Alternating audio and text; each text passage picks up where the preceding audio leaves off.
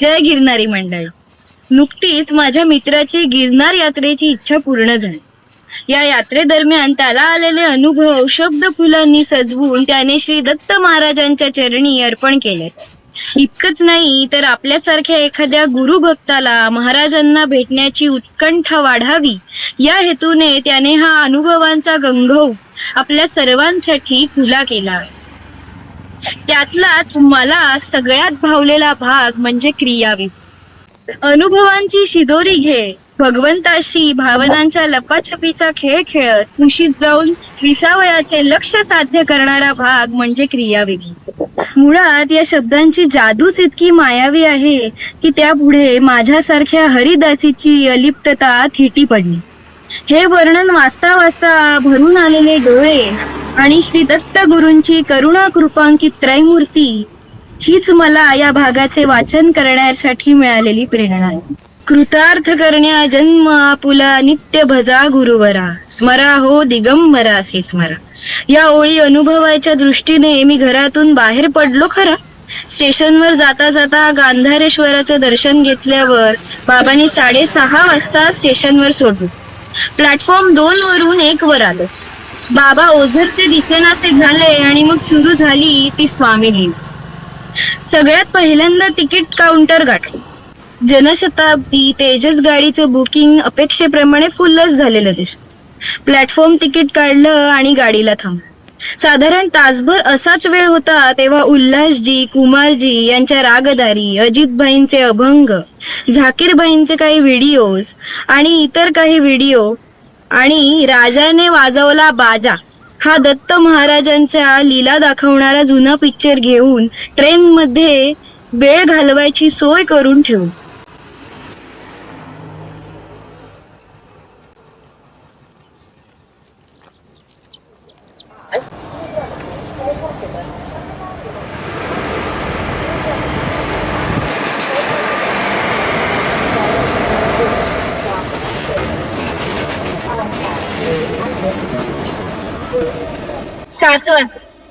सात वाजले तसं रामरायांची आठवण आहे.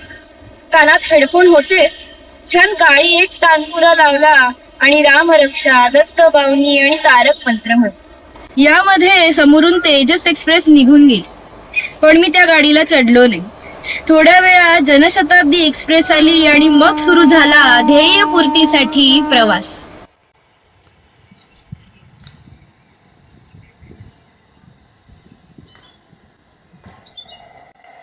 दत्त महाराजांचं स्मरण केलं आणि गाडीत बसलो. 2 ठिकाणी जागा होत्या.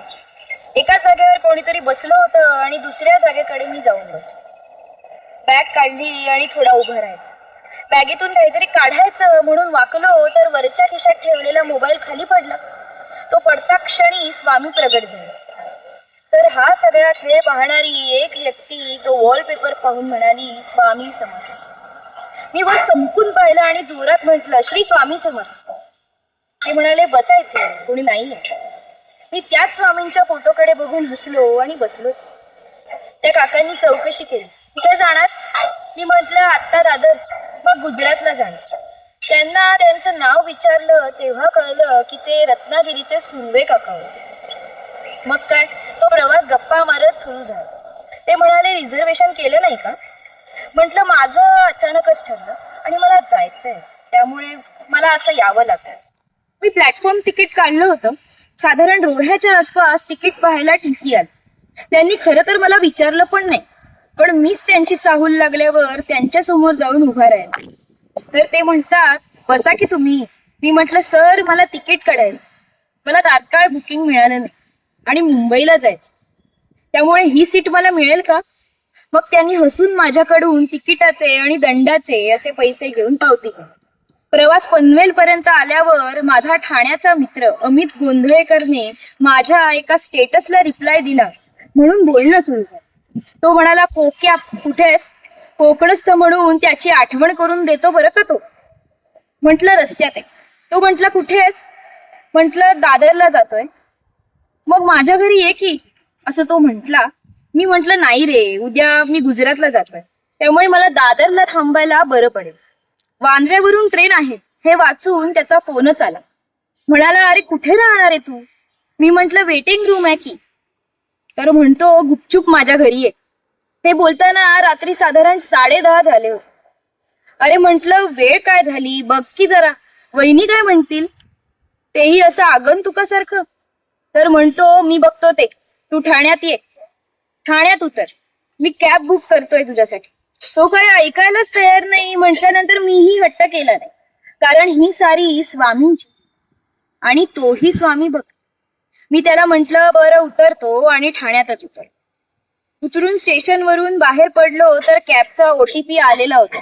मी सांगितलेल्या ठिकाणी आमच्या छोट्याशा चिमणाबाईंसाठी खाऊ घेऊन गेलो, म्हणजे शचीला. तेवढ्यात समोर गाडी हजर. OTP सांगून गाडीत बसलो. ते थेट त्याच्या घराखाली.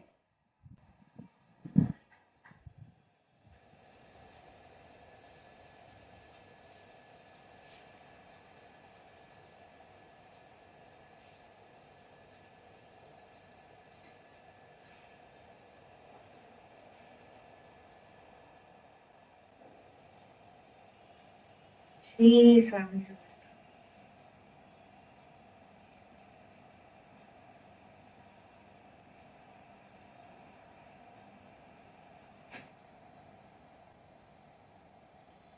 घरी गेलो, फ्रेश झालो आणि मस्त अमितदादाच्या हातची कॉफी आणि बिस्किट खाल्लं. आणि मग आम्ही गप्पा मारत बसलो. त्याला गिरनार बद्दल सांगितलं. त्याचा माझ्या गिरनार यात्रेच्या पराक्रमानिमित्त कोपरापासून दंडवतही स्वीकारला. तर समोर बातमी दिसली. देशात ओमिक्रॉनचा शिरकाव, महाराष्ट्र गुजरात सकट काही राज्यात नाईट कर्फ्यू लावणार. तो आणि मी एकमेकांकडे आणि त्या बातमीकडे बघत बसलो. मग त्याचे अनंत प्रश्न जाणून मी आधीच त्याला सांगितलं की स्वामी समर्थ आहेत, मी उद्या जाणारच. आणि अशात आम्ही कधी झोपलो कळलंच नाही. दुसऱ्या दिवशी सकाळी 7:30 पर्यंत जाग आली असत. आम्ही काटपलो, बहिणी भेटल्या. त्यांची आणि माझी पहिलीच भेट. आणि थोडं बसलो होतो तर छोट्या परिसरकार समोर हळूच दारातून वाकून कोण आलंय बरं याचा अंदाज घेत होते. समोर टीव्ही सुरू होता. त्यावर स्वामींची सिरियल सुरू होती. स्वामींचा आवाज ऐकताच मला न घाबरता धावत येऊन महाराजांना बघायला लागले. ती सिरियल संपून जशी जाहिरात लागली तशी तिला माझी जाणीव झाली आणि ती घाबरली. तर अमितदादा होताच मागे. तो म्हणाला, शची, अगं कोण आलं पाहिलं का? मयुरेश काका आलाय. मी हसत तिच्याकडे बघत. तिला म्हंटल, माझ्याकडे पण स्वामी बाप्पा आहेत बरं का. जसा तिला स्वामी महाराजांचा फोटो दाखवला तसा तिचा धीर चेपला गेला. विश्वासाने जवळ येऊन महाराजांचे वेगवेगळे फोटो पाहिले. तेवढ्यात वहिनीने गरमागरम पोहे आणि गाजराचा हलवा आणलेला, वर चहा. अबब, एवढा जबरदस्त मेनू झाल्यावर महाराजांची आठवण येणार नाही असं कसं होईल? किती हो काळजी त्यांना. मी दादरला असतो तर काय केलं असतं? खरंच असा विचार मी मुद्दाम केला. नको घाबरू तू असे बाळ त्यांचं. हे वाक्य क्षणभर का होईना मी अनुभवलं. नाश्ता केला आणि साधारण 11च्या दरम्यान जय गिरिनारी म्हणून महाराजांच्या फोटोला नमस्कार करून पुढच्या प्रवासाला निघालो.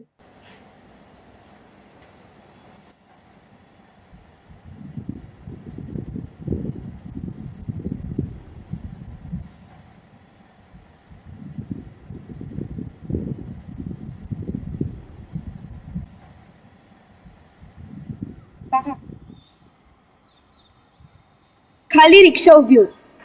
तिथून वांद्र्याला पोहोचलो तेव्हा साधारण दुपारचे 12:30 वाजले. जाऊन तात्काळ तिकीट मिळते का पाहिले तर मिळणार नाही सांगितलं.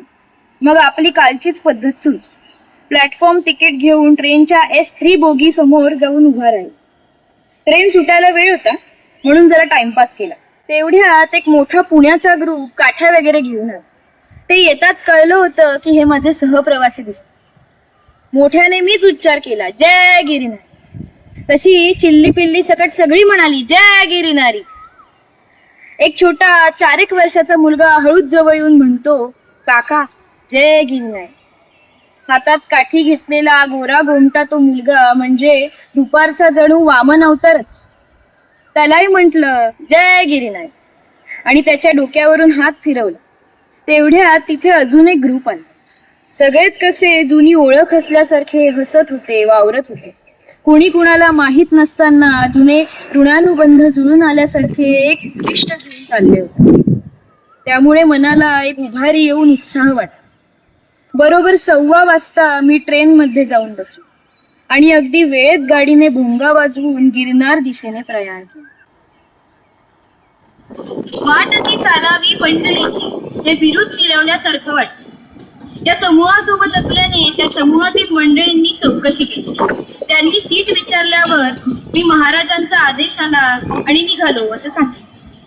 ते म्हणाले तुमचं भाग्य आहे, आमच्यासोबत चलत काळजी करू.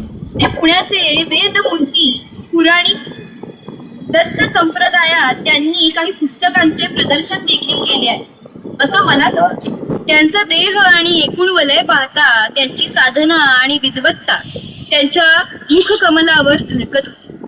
मी म्हटलं ठीक आहे, तुम्ही म्हणाल तसं. साधारण वसई रोड नंतर TCL. मी सांगितलं माझ्याकडे तिकीट नाही. मग मला म्हणाले जनरलला बसा. मी म्हटलं आपण म्हणाल तसं. त्यांनी रेग्युलर तिकीट फाडलं आणि म्हणाले 82 नंबरच्या सीटवर बसा. मी विचार करतोच आहे की गाडी फुल आहे म्हणतात, तर हे कोणत्या सीटवरती बसायला सांगतायत. त्यांचं ऐकून जनरल डब्यात गेलो. 82 नंबरची सीट पाहिली तर ती रिकामी होती. पण मग माझं लक्ष वर गेलं. त्या वरच्या सीटवर जिथे बॅग असतात तिथे एकही सामान नाही म्हटल्यावर मी खाली बसलोच नाही. गेलो तो डायरेक्ट वर. या सगळ्यात साधारण दुपारचे 3 वाजत आले होते. जागा मनासारखी मिळाल्यामुळे वर जाऊन मस्तपैकी झोपलो. झोपून उठलो तर साधारण 6:30 वाजले होते. बाहेर पाहिलं तर ट्रेन भरधाव सुरू होती. बाहेर संपूर्ण काळोख होता. घरातून 2 फोन येऊन गेले होते. त्यांना फोन केला आणि मग मला भुकेची जाणीव झाली.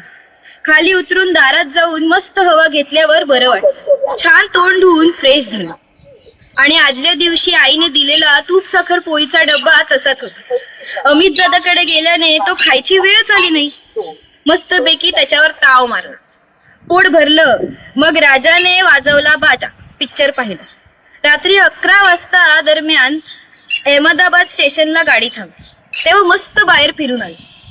हवेत गारठा होता. फ्रेश वाटलं. अहमदाबाद सोडल्यावर झोपलो. मध्येच गाडी थांबली आणि जाग आली तर, नाहीतर छान झोप झाली. साधारण पहाटे 5 वाजता मला जाग आली. तेव्हा गाडी थांबली होती. जुनागड स्टेशनला गाडी होती.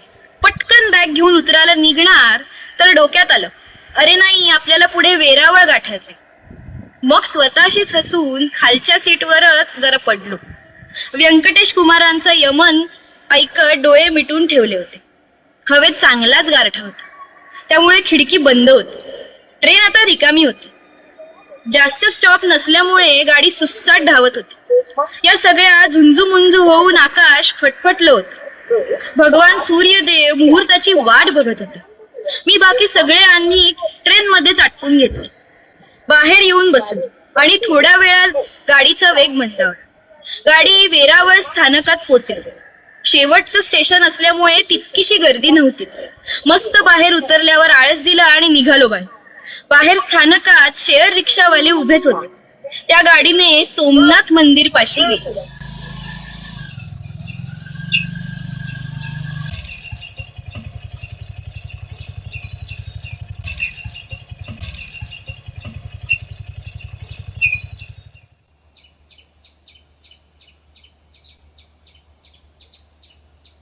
गाडीतून उतरलो आणि एक वळण घेतल्यानंतर समोर दिसला तो कळसाच्या सुवर्ण सिंहासनावर वाऱ्यासोबत चौफेर उधळणारा तो रक्तवर्णी विजयाचा तो आणि त्याच्यावर सुवर्ण फुले उधळणारी रविराजाची किरण. आहा हा, मोह कसं दृश्य. हे सगळं पाहताना पुढे जायचा मोह आवरत नव्हता. पण शरीरानं स्नानविधी उरकला नसल्याची जाणीव करून दिली आणि पाय जागीच थांबले. जरा चौकशी केली तेव्हा जवळच असलेली धर्मशाळा दिसली. आत गेलो तर रूमचे 300 रुपये म्हणाले. मी म्हंटल मला फक्त आंघोळच करायचे, इतकं परवडणार नाही, पण ठीक आहे असं म्हणून मी रूमच्या दिशेने निघालो. तो भैया माझ्या पाठून आला आणि म्हणतो, साहब जी, महादेव जी भी हम पर नाराज होंगे.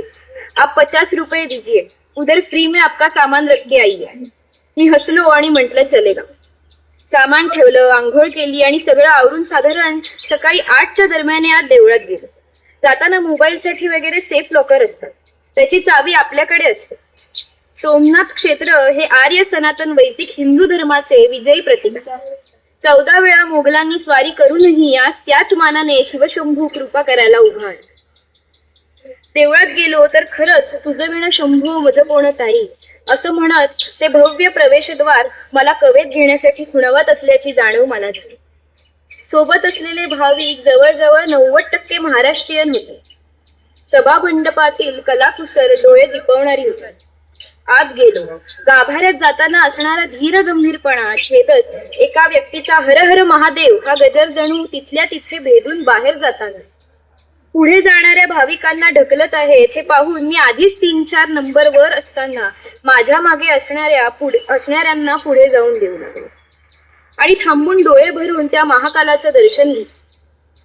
नेमकं कानावरती बाजूला अभिषेक झाल्यानंतरच कर्पूरा गौरम करुणावतारम ऐकायला मिळालं आणि अंगावर एकच काटा आला.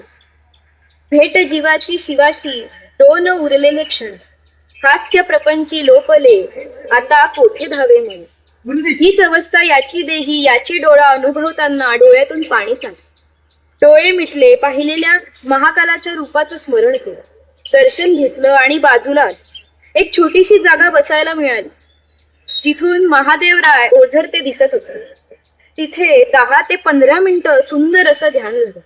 पण शरीरक्रिया सुरू झाल्यावर मी ते थांबवलं आणि बाहेर आलो. मंदिराला एक प्रदक्षिणा घातली आणि गोमुखाजवळ येऊन गंगा तीर्थ घेतलं. मग सभोवताल परिसर फिरला. 12 ज्योतिर्लिंग स्थानांची छान माहिती सांगितली होती. मंदिराच्या मागे असलेला निळाशार अथांग समुद्र आणि ओंकाराचा जप आणि उसळलेल्या लाटा त्यांचा धीर गंभीर नाद सोमनाथाच्या साधनेत ऊज मनावर कोरत होते. हे सगळं झाल्यावर मात्र काढता पाय घेतला आणि बाहेर आलो. लांबून जमेल तेवढे फोटो घेतले आणि सामान घेऊन पुढच्या प्रवासाला निघालो. वाटेत मस्त गरमागरम डोसा खाल्ला आणि आलो त्याच ट्रेनला जुनागड तिकीट काढलं. ट्रेनने जुनागडकडे गिरनार यात्रेसाठी प्रयाण केला. मंडळी, क्रिया विभोर या एका भागाचे 2 भाग करून पहिल्या भागात चिपळूण ते सोमनाथ आणि दुसऱ्या भागात सोमनाथ ते चिपळूण असे अनुभव कथन केले आहे. तेव्हा जुनागड ते चिपळूण प्रवास अनुभवायला पुढच्या भागात भेटू. तोवर आपली दुधाची तहान किमान पाण्याने भागवायचा प्रयत्न करत आहे. श्री गुरुदेव दत्त. जय गिरनार.